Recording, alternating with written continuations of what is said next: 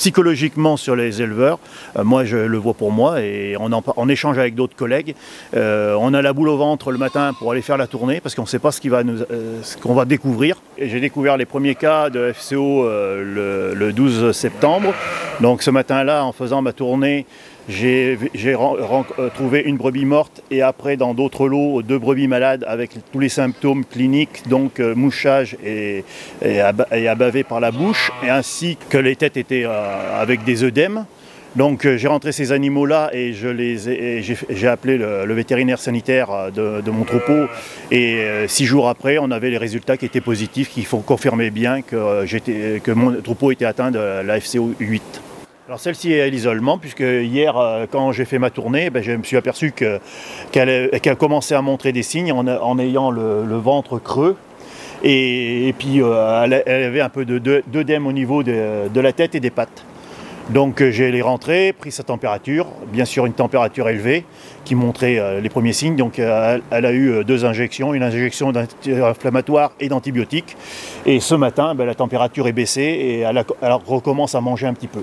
Donc à suivre en espérant normalement pouvoir la sauver. Si elles ont quelques aftes dans la bouche et tout ça, ça les gêne pour consommer du foin, des choses grossières, puisque ça les irrite. Le principal, c'est qu'elles boivent et donc je leur donne un peu de céréales et j'écrase des granulés pour qu'elles puissent s'alimenter. Là, c'est un cas moins grave pour l'instant.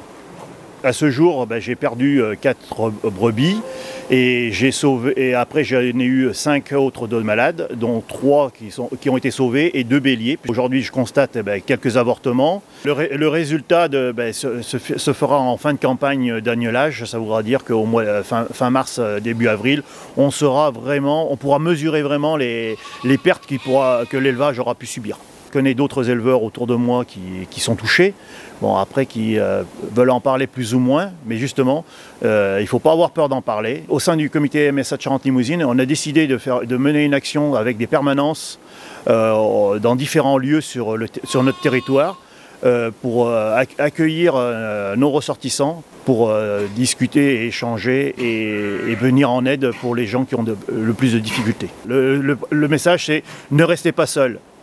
Osez d'en parler avec les autres, d'échanger.